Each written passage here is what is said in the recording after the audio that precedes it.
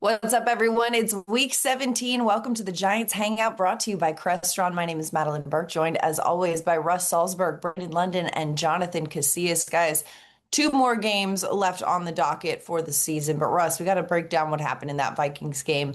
What are your big takeaways for the Giants' loss to Minnesota? What do I take away? It was a mess every which way you look. Listen, Madeline, you and I were sitting next to each other, and I was like just dumbfounded. I mean, offense. Listen, we saw the running game, but there was no passing attack. That was that. Still, there were some drop passes. Still, Darius Slayton with another drop. We all love Darius, another drop. But what kills me is the defense. I've said it time and time again. There was a 3rd and 10. They give up a first down. There was a 3rd and 11. They give up a first down. There was a 3rd and 15. They give up 14, and then it's 4th and 1. They score that. They get a first down there, and then late in the game, I mean, Madeline, like it was 3rd and 17. They give up 21. They're better than that, but they're not showing it. They Yeah, needed well, to. especially considering going up against the Minnesota Vikings team that hasn't been Hello, great yeah. on third down this season. And Casillas, as a defensive player, when you look at the fact that not just the Giants letting these third down situations progress, but third and long so consistently, what happened? Bad angles. Those plays that Russ was talking about earlier. I mean, Justin Jefferson, if I'm not mistaken, was responsible for two of those three, maybe all three of them. I'm not sure, but it's bad angles. You got, 11 defenders. When you're out there and you're kind of on the edge, you have 10 other defenders inside of you. And if you take a poor angle, you're just taking your whole team out. And I've seen that time in and time again, mostly from the defensive backs, because those are the guys that are on the edge and they just consistently take bad angles, taking guys out. But there was some, positivity there. The Giants defense was all over the Vikings, right? You had a, strip sack touchdown. Yeah. You had an interception that was called back, but that was a pick six. That was a beautiful play by Holland. And this is what I've been seeing. This is what I've been wanting to see from this defense. Yes, you might give up a play here and there. You might give up a third down conversion, but you're making plays. You're hitting the quarterback. You're taking the ball away. You're scoring defensive touchdowns. This is something that I wanted to see. So I did see some positivity out of the game. It was a very rough game to watch, especially offensively. But defensively, they kept this team in the game, scoring a touchdown, attacking this offense from the Vikings the entire game. And this is what I wanted to see. Things that hurt them is the things that we've been seeing, right? Yeah. Penalties on crucial situations, giving up those third and long situations where it's supposed to be beneficial for the defense. The Giants get into opportunistic situations and they never capitalize in it.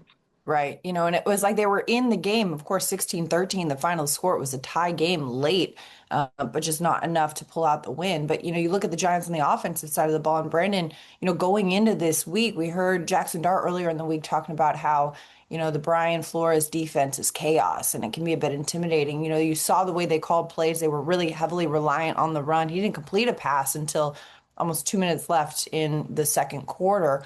But the way that they approached the offensive plan mixed with the way that the defense was really stifling them, how do you get more out of the offense going forward? It's going to be hard, because if you look at that Giants offense and the way they played, it was completely different than how they had played in recent weeks. I mean, you look at when they had Jameis Winston at quarterback, they had, over 900 total yards of offense in 2 games. And then you think about some of the successes Jackson Dart has had within this offense, Chargers game, the Eagles game, and even in that Broncos loss, he's still throwing for 200 something plus. So you knew going into this game as a wide receiver, as a pass catcher, you knew your targets and opportunities were going to be limited. But at the end of the day, like I've been saying, if you're a wide receiver or a pass catcher on this offense, you're not playing for fantasy stats. You might get 3 or 4 targets in a game.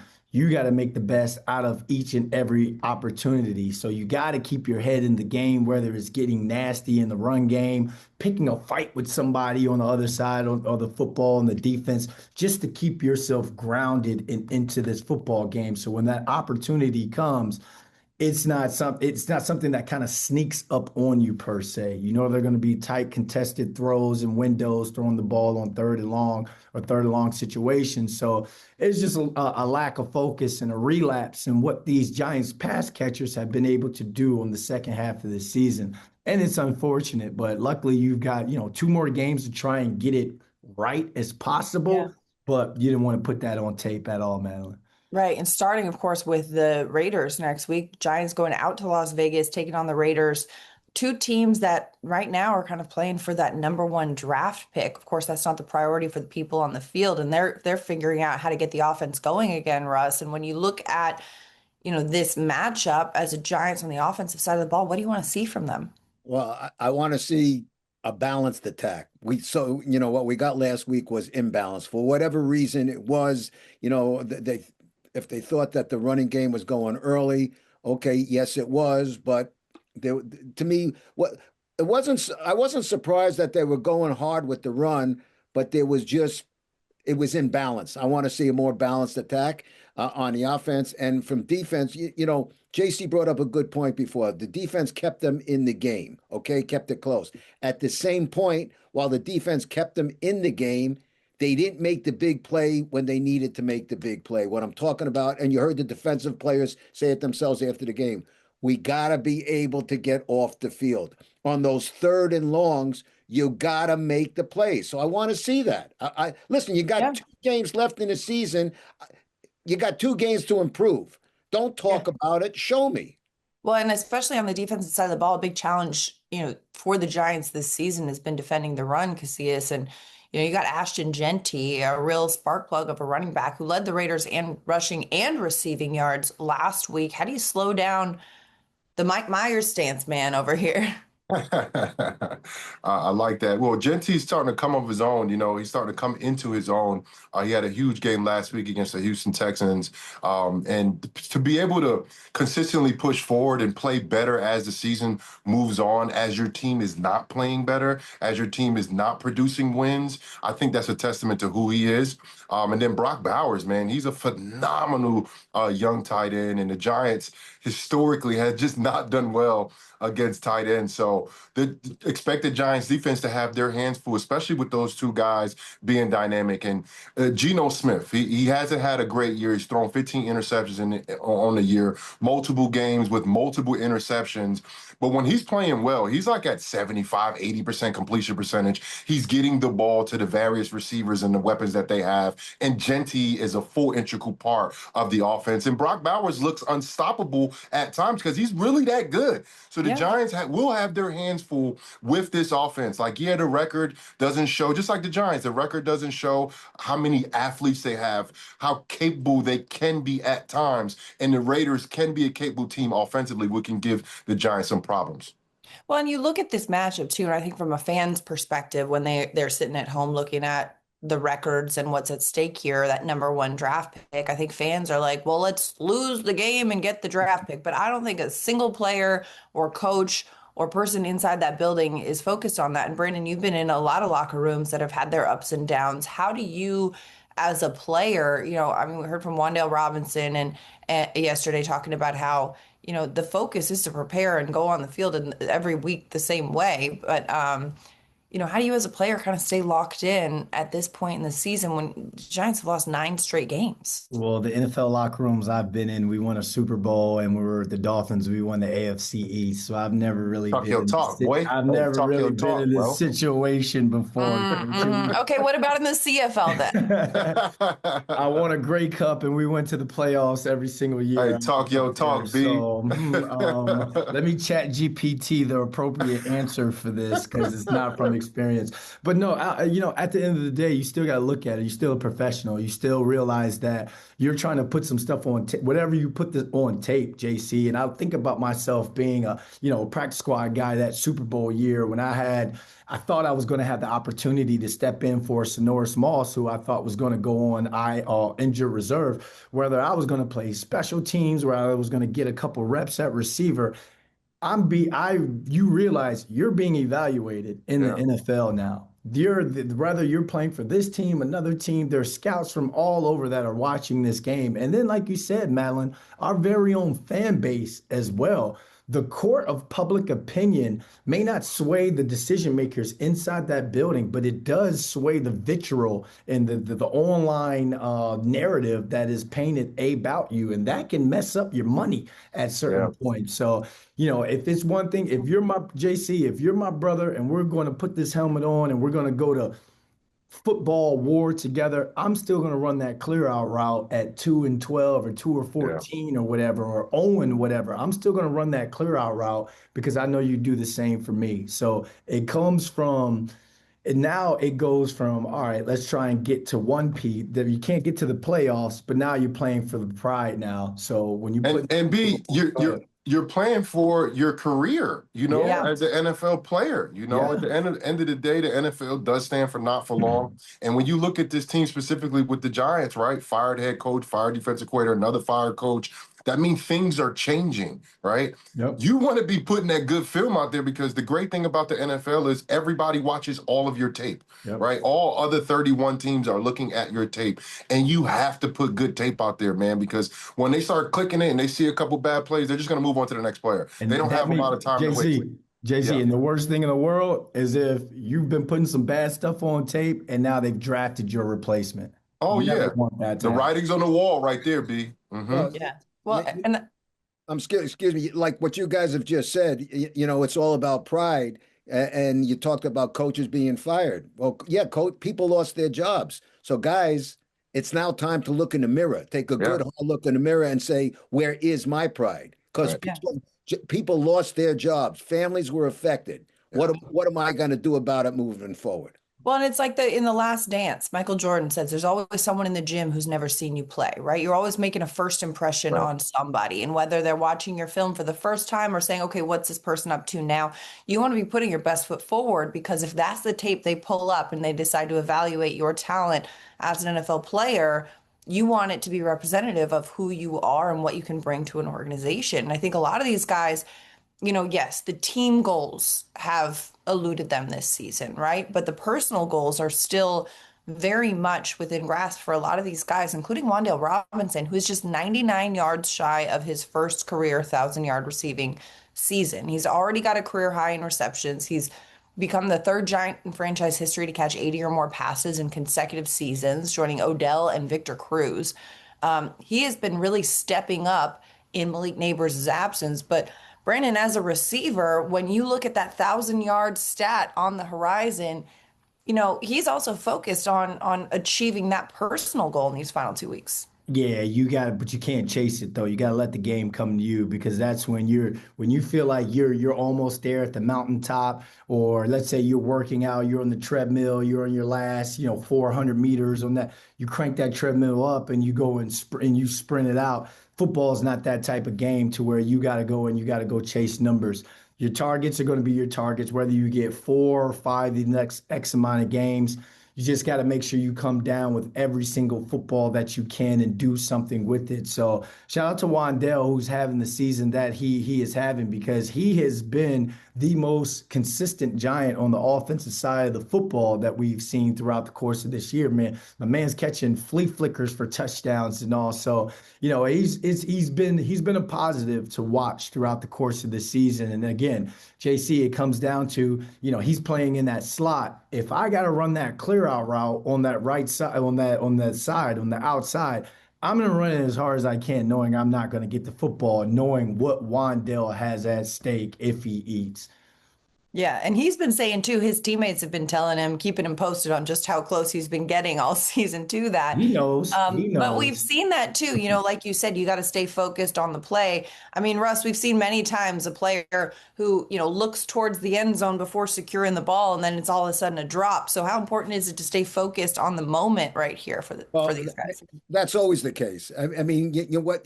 It's like when they talk about trap games in sports. I don't care if it's football or anything else. The minute you start looking past what's in front of you, that's when it bites you on the butt.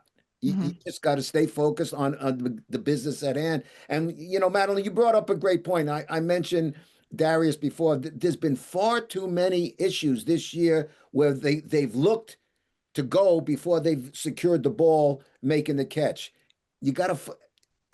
There seems to have been a problem with the focus, and that all has to improve. Yeah. Another player who is having a tremendous personal season, though, Brian Burns, got to give a hat tip to this man. 15 sacks and counting this season. That's a new career high for him. His previous career high was 12 and a half through the season.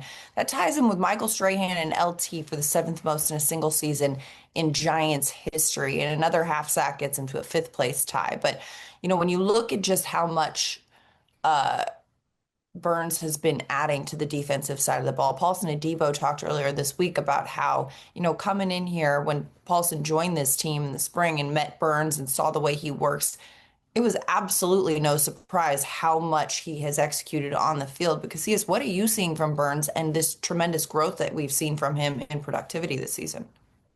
I wouldn't say growth because he's always been a great player in the NFL. Last year, I feel like he was on an injury report every single week. He would start the game with something and leave the game with two more injuries. Now you're seeing him relatively healthy. I think we've seen him go down a couple of times this year, but he just plays the game with this ferocity, this tenacity, this grit. No matter what's going on the other side of the ball, no matter what's going on with his other fellow defensive players, he's just going to play his ball. He's going to be attacking these offensive tackles. If they line him up off the ball, he's bringing the pain whenever he goes to a ball carrier. He's fundamentally sound. He barely makes any mistakes.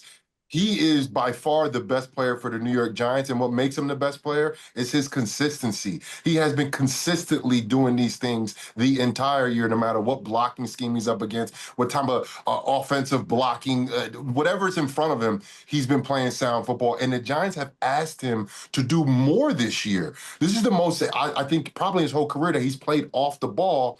And B, I've been watching this dude because every time he's off the ball, I'm like, why is he off the ball? Why is he off the ball?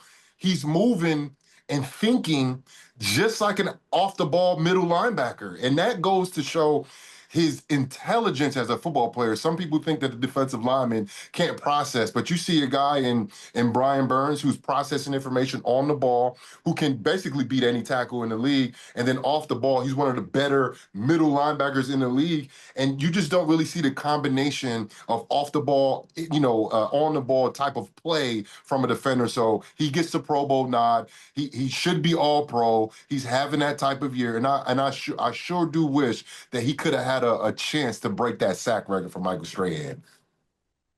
I mean, listen, there's still 2 games left. You could stack them in these, but I mean, the way that Burns plays, whether he is rushing the passer or dropping back into coverage, it just is incredibly effective on the defensive side of the ball, and we love to watch it.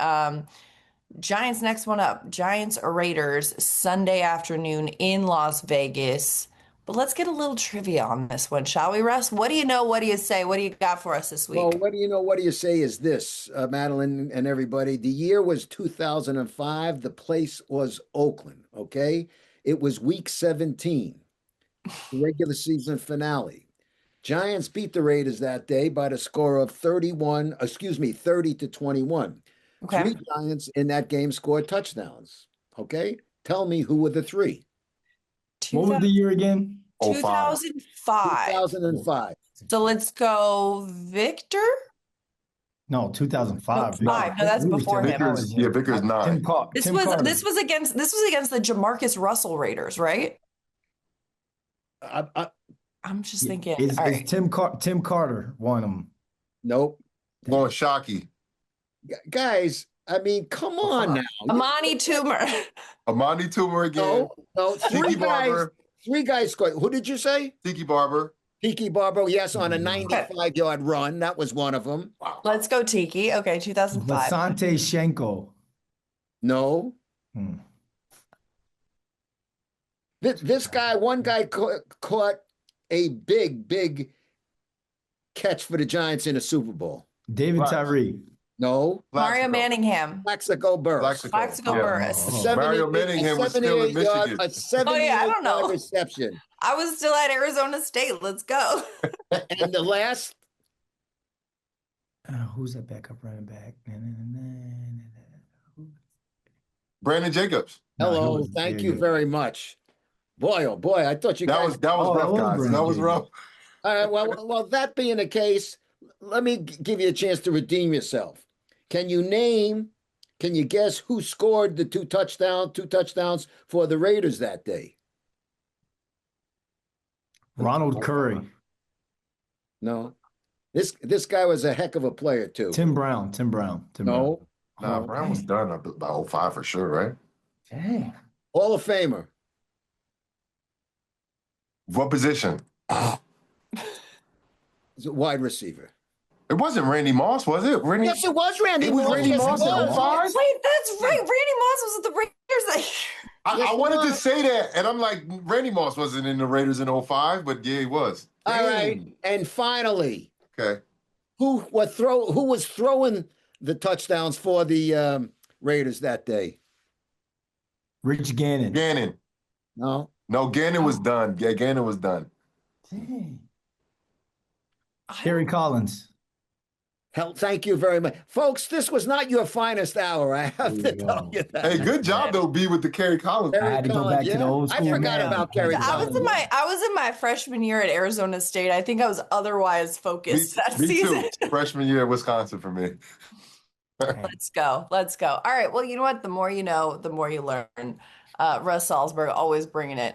All right. Let's get a little over under action before we wrap this one up. Heading into the Raiders game, week 17, over under a takeaway from the Giants defense. Casillas, do they get one or more or no? Yeah, I believe they do get one. I feel like, especially last week when you look at the Vikings game, man, this was an opportunistic bunch, right? And I feel like these guys on the back end and even Burns on the front end, like they have a knack of kind of getting the ball into their hands now. It wasn't like that early in the season, but I feel like as the season has progressed, they're getting a little bit more opportunistic. So yeah, I do see this defense creating at least one turnover. All right, Russ, over under. I would say also, again, we don't know. I don't know everybody who's healthy this week going in. We'll find out more tomorrow.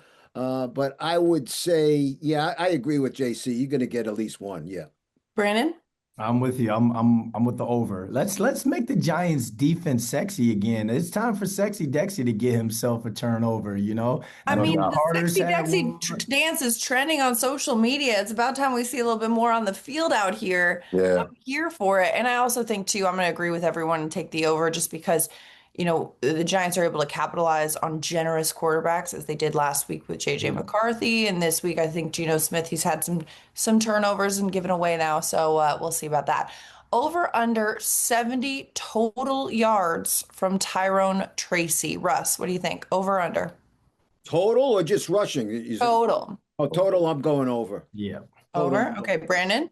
over. He's gonna have a $120 from scrimmage at least. At least. Oh wow. Casillas. I'm going over as well. I think Tracy had a game last week, and he's coming into his own as a player. And don't forget his receiving aspect that he comes out the backfield, the screen game, and also the down the field throws that hopefully we'll see this week. Yeah. I mean, hey, I'm going to take the over as well. People are quick to forget. This man was 1,000-yard back last season, his rookie year, but of course some injuries early on this season and Cam Scatterbo ascending really kind of took the shine off there. But Tyrone Tracy can ball. I can see him taking the over, even with Devin Singletary spelling him at times. Yeah, I'm taking the over on that as well. All right, over under 2.5 sacks from the Giants defense. Brandon, what do you think? I gotta go under on that one. I'll go under. I think that Geno Smith is going to get the ball out quick because he understands how bad that Raiders offensive line is. So I'll go under. Casillas? That's a good number. 2.5 is a good number. I think the Giants will be right around 2.5, which is at 2 or 3. Man, you know what I like, man? I'm gonna go over. You know what I've been liking a lot?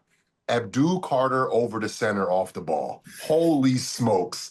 Yo, he's beating the brakes off these centers. I'm talking about spin moves, clubbing rips, swim moves, just straight speed rushes, speed to power. And I see him, if they do that this week, I see him at least creating 1 to 1.5 sacks himself, and then I'll give Burns another 1.5 sacks. And let's get Sexy Dexy into that party as well. I'm going over. I mean, hey, listen, these defensive guys are really crediting Charlie Bullen with the aggressiveness that they're seeing in that pass rush. So we'll see if he can eat. Russ, what do you think? Over under? Yeah, you know what? The 2.5, that half is, an iffy thing. But I agree with JC. I mean, Carter certainly has been coming on, and after being named to the Pro Bowl, Brian Burns? Burns. Burns.